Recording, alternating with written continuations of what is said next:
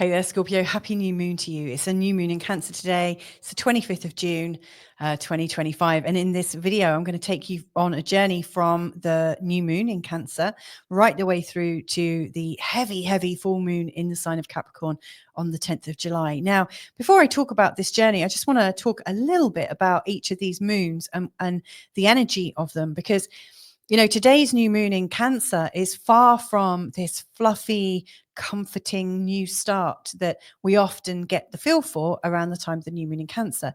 This is a time, yes, where we may well be talking about our physical safety and our comfort for sure. And also wanting to know that we can keep our family safe, but it's not really coming from a place of, oh, wouldn't it be nice to just feel comfortable? It's coming from a place of protection. One of the things I put that down to is, the rest of the chart and how it's backing it up. There are lots of very spiky, energized, and real sort of hot spots in the astrological charts right now.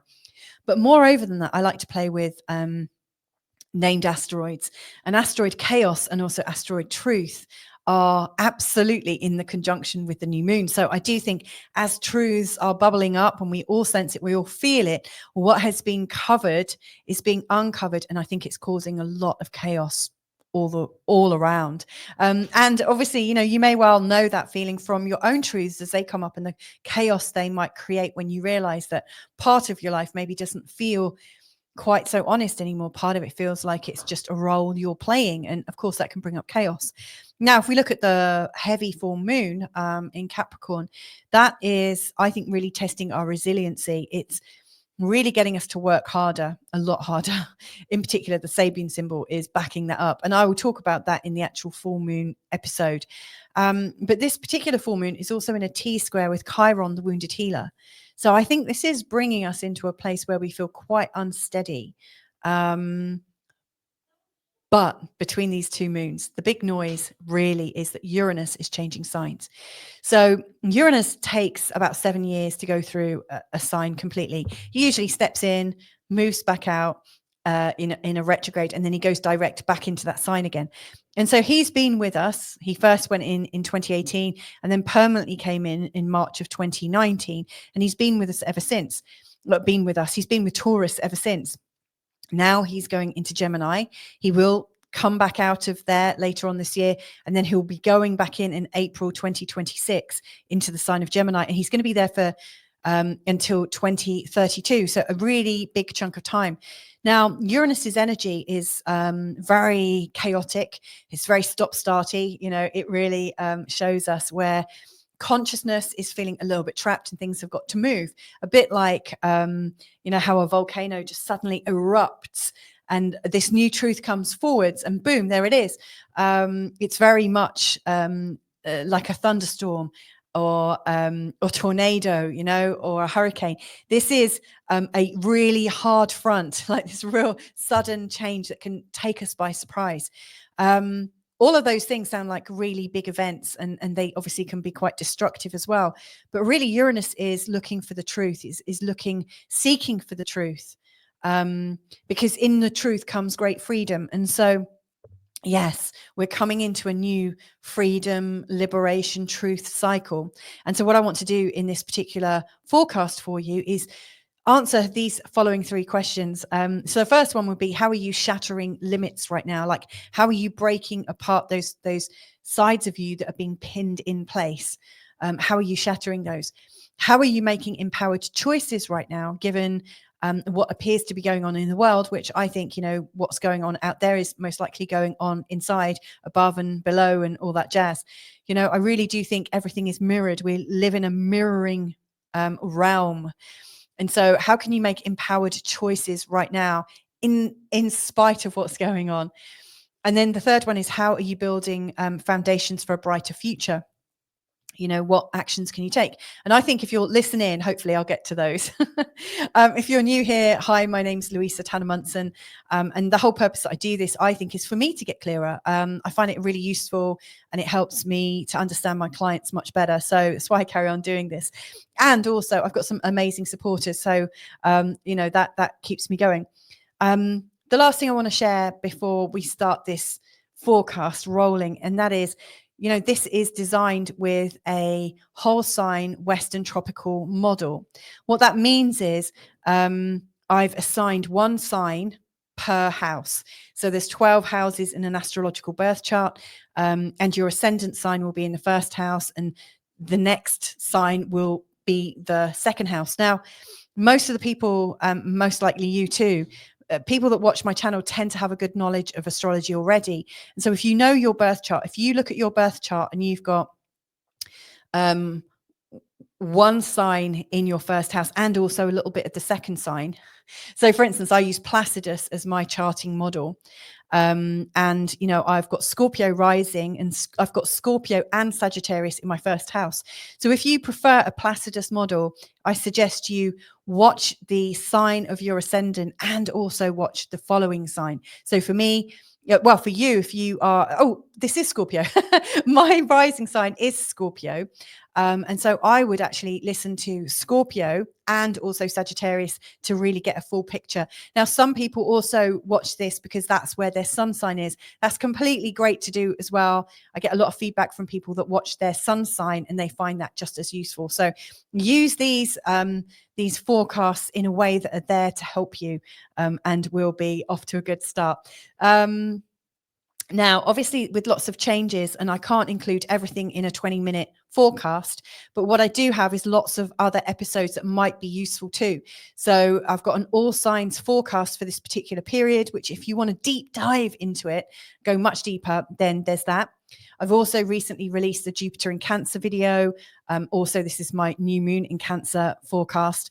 And I've also got a standalone, I think this might have even been my first playlist I put on this channel, but I've got a Uranus playlist. So if you want to check out where Uranus was at the time, place, and date of your birth, you can listen to Uranus through the houses. And there's a lot of helpful stuff in there.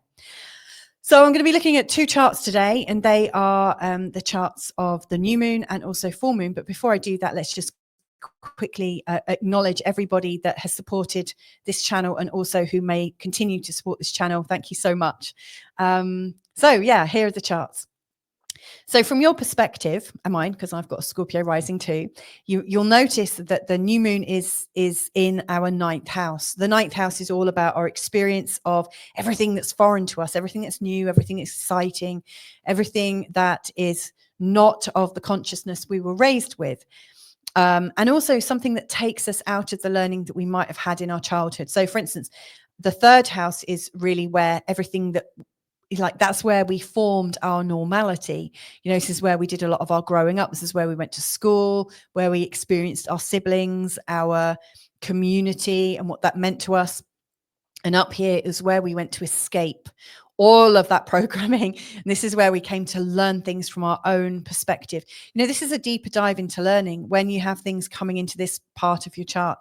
I remembered when Mars came in this part of my chart, I signed up for loads of different courses because all of a sudden my curiosity was just, I needed to take action on it. So this new moon is bringing in a lot of curiosity and this heartfelt feeling. And also your body is feeling like it's time to relax and release and to go on deeper journeys. Now, this does also, you know, represent going away, like really going away, going somewhere like a new culture, maybe living abroad, living somewhere else.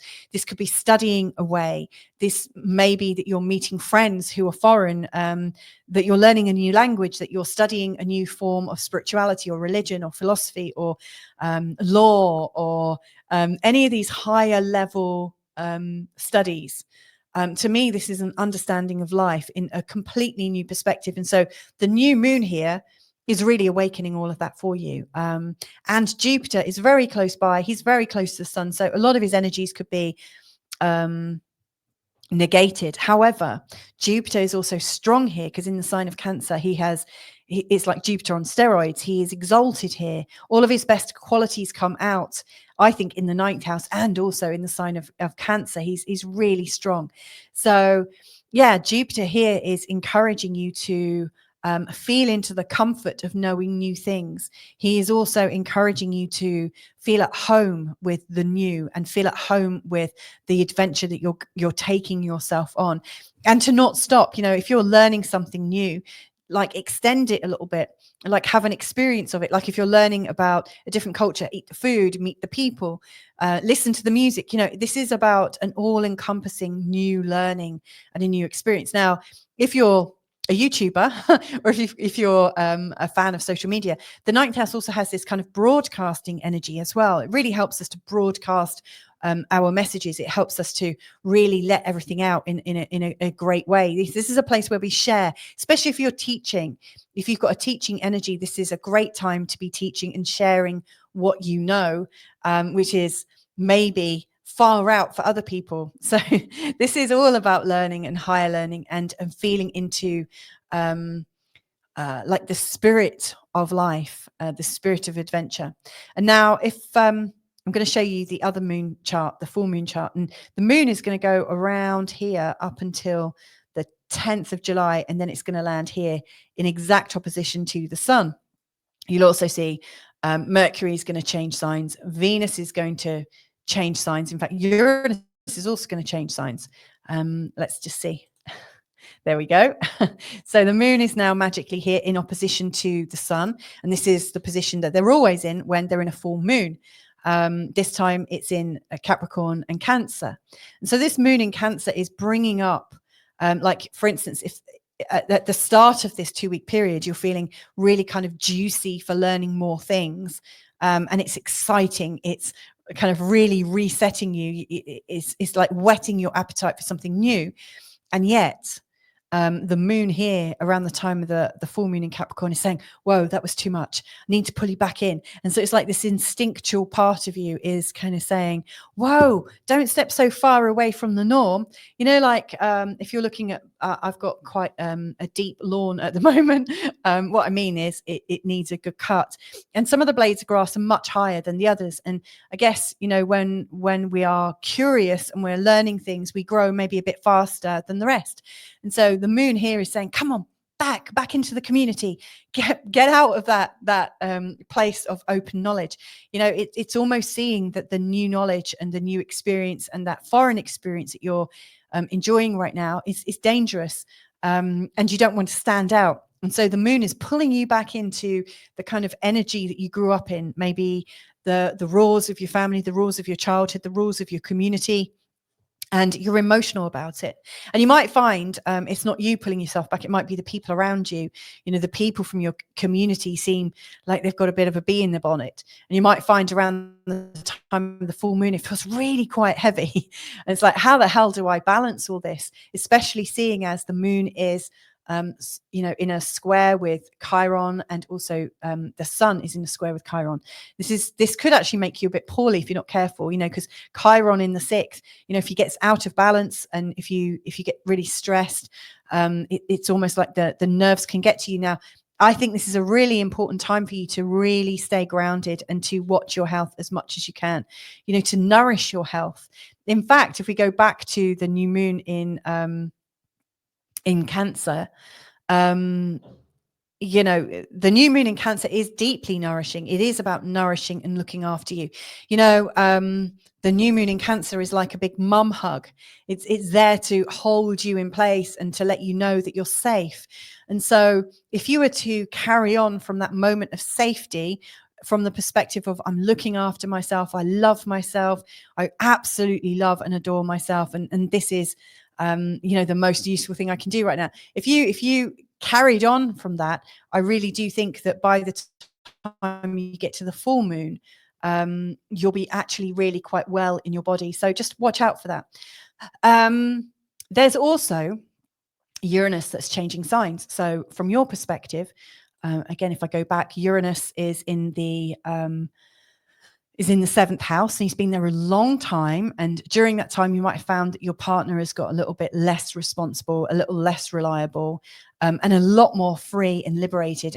And whilst you could be eye rolling and going, oh my God, I don't know what my partner's up to now, you could actually be saying, actually, they're teaching me to be free. They're teaching me to follow my dreams as well. You know, you don't have to be the long suffering partner anymore. This is an invitation for you to go deeper into where you're locking yourself up. Now, over the course of these first 10 days, Uranus is just enjoying his last stretch here.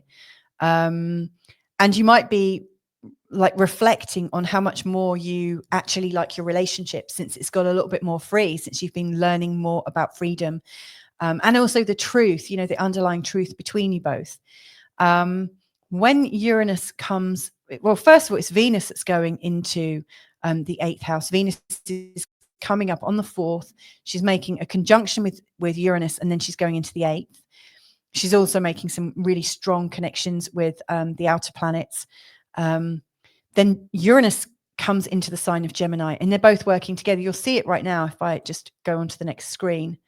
So on the 7th, Uranus comes over, and by that time, by the 10th, Venus has already moved a little bit away, but she's still technically in a conjunction with Uranus. But they're both emphasizing the 8th house, and the 8th house has a lot to do with, it's a powerhouse of energy, first of all, I just want to say. To me, it's a bit like a landmine. It's something you don't want to accidentally set off. The 8th house is known as being this place of mystery and intrigue, of secrets, of sex, of taxes, of birth, life, and death, and all cycles of life. I see it as a big recycling place. You put all your old stuff in and it gets broken down, and then there's a whole load of new wealth and riches and ingredients to play with life with. It's also a place where we come to the rites of passage, you're born, you get to 2, 3, 4, you get to 7, then you're leaping forwards in your childhood, you get to your teen years. And again, there's another rites of passage, and there's all these stages in your life. And there might be times when you kind of bottle it, where you don't move forwards, you kind of stagnate, you don't want to go to the next step. And here, the fears of moving on, I think, can be quite strong. But this is a place of transformation. This is showing you where you are transforming. And so Uranus coming in here is setting up a whole new time of transformation. Now, it's not easy, I'll be honest. The 8th house is a place of mystery for a reason. A lot of the shared values between you and your family, the ancestral stuff, maybe inheritance, also your partner's wealth, how they manage their wealth, how they manage all the assets with you. That can all get very, very confusing when Uranus comes in, because what Uranus is going to do is he's going to not explode it all, but he's going to sow these seeds of truth. And anywhere where, there's an expectation of how you both behave, an expectation of what money you might receive from different people, or an expectation of how you are paying your way within the relationship, all of these seeds of truth are going to settle, and they're going to kind of not shine the light, but they're going to sort of open, like crack open like a seed. That's what I'm thinking, like a seed cracking open. And then all of a sudden you're not going to be able to ignore these parts of your life anymore. So there could be some real discomfort coming up if you're trying to hide things in your life, if you're trying to hide things from your partner, or if your partner isn't very open to discussing these things. This is also a place where other people judge you, and also where you judge other people.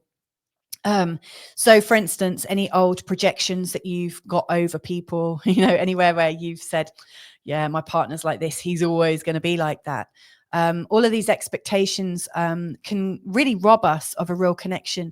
And so Uranus, as he comes in here, he's going to be identifying all these places where you're robbing yourself of real connected experience.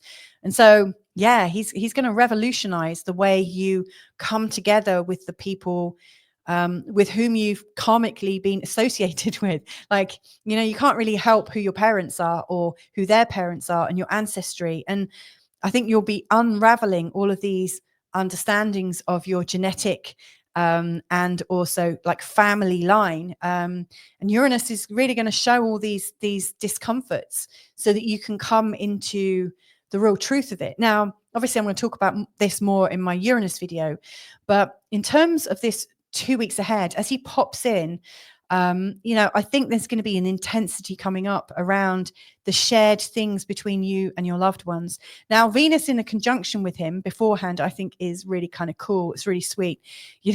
Venus is all about love and sharing and yielding, and it's creative and it's passionate. and it looks good. It smells good as well. Venus is all about connection with people, and with Uranus, there could be a real surprising connection, a real surprising bit of money, a real kind of spontaneous new bit of information. So don't be at all surprised if between the 4th and the 7th, if something really comes up and goes, like, you're really surprised, you're really shocked, you didn't see that coming. Around that time, if I was in your shoes, and I am with my Scorpio ascendant, I might be thinking, okay, well, what sweet treats would I like to program into my life? What lovely surprises would I love to manifest in my life? Because Uranus is a real sort of manifestation planet. I really believe that. He's very vibrational. And so, yeah, I think around the time of the 4th and to the 7th, I would be really thinking, what would surprise and delight me about my relationship and how we share our life together. And I think great things will come from that. So there's so much more to this period of time. But I want to go back to these questions that I mentioned. How are you shattering limits? How are you doing that? I think right now, and I don't think you're particularly averse to trying new things, Scorpio.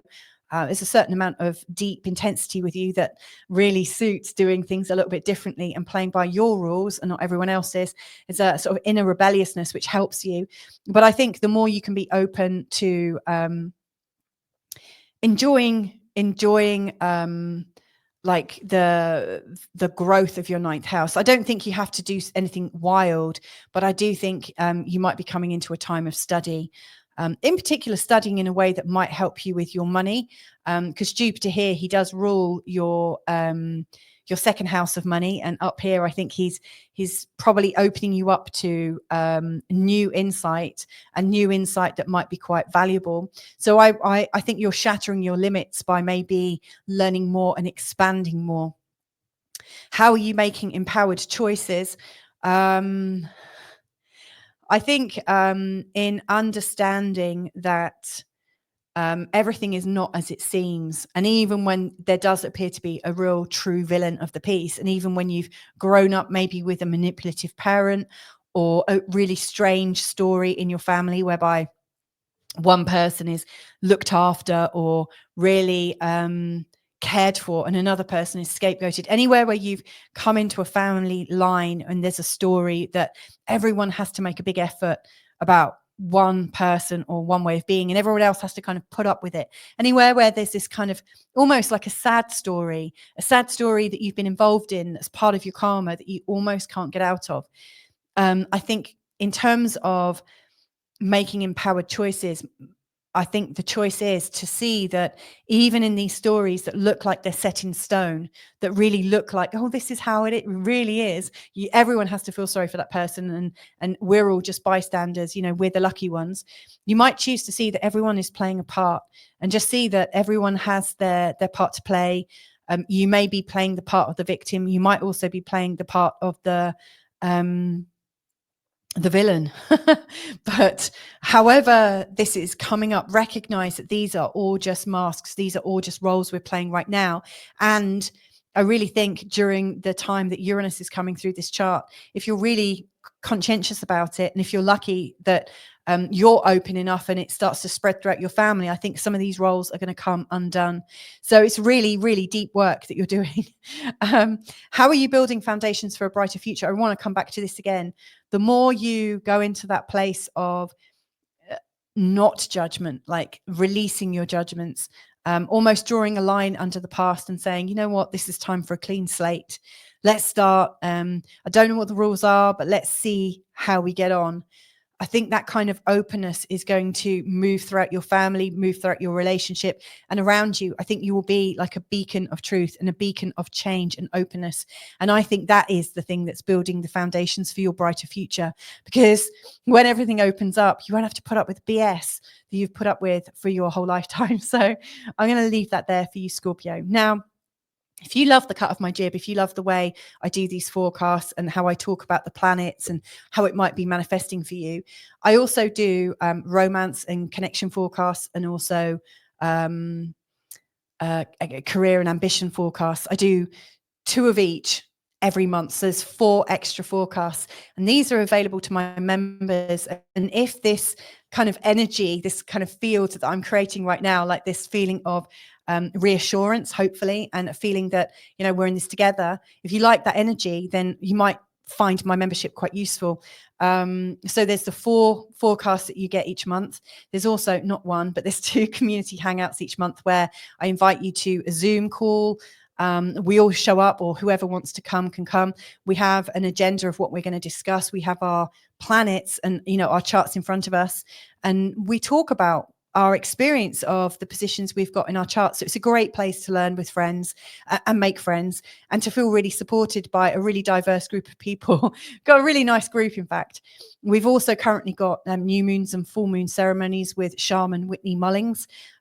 So much going on, and the daily forecast as well. So if that sounds like something you'd like to be included in, then all you need to do is look at the links below. Look for the FGA, the Feel Good Astrology community, and sign up. Give it a go. There's 1 week's free trial as well if you're unsure, and see how that goes.